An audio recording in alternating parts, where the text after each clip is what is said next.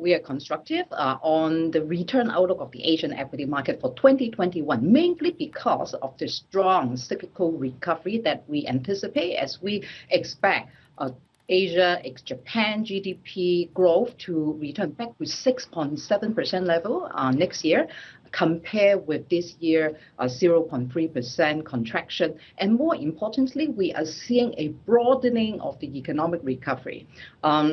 As the latest Chinese retail sales number indicates, the recovery cycle is now broadening beyond the manufacturing sector. We start to see private consumption picking up, and this is going to bode well for the performance outlook of Asian equities and Asian credit as a whole, because we expect the recent signing of the Regional Comprehensive Economic Partnership will further enhance the economic integration and trade liberalization within the region, and with China being the single largest trading partner for 16 largest Asian economies. This strong cyclical recovery of the Chinese economy would also provide a new growth driver for the regional economic expansion when we enter the new recovery cycle next year.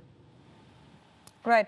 Fan, you're also talking about there being most attractive return outlook in Asian and Chinese high-yield bonds, the risky part of the market. We forecast total returns as part of your report. You're saying this. We forecast total returns of 11.5% for Asian high yield and 10 to 15% for Chinese property high yield in 2021. What about the risk of defaults?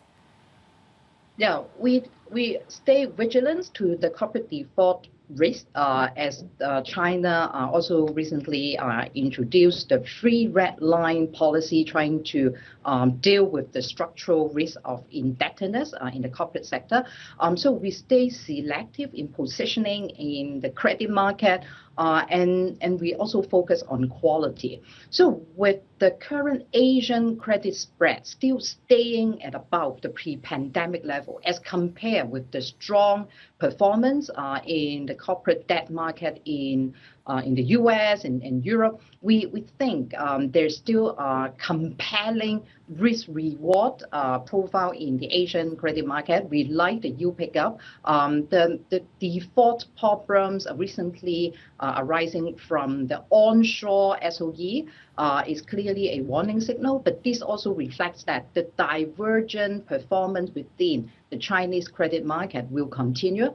But going into 2021, exactly because of tighter regulatory control, we expect the issuance size of Chinese property high yield will drop substantially. So this will imply a pretty tight supply situation and will support the Chinese high yield bond market performance.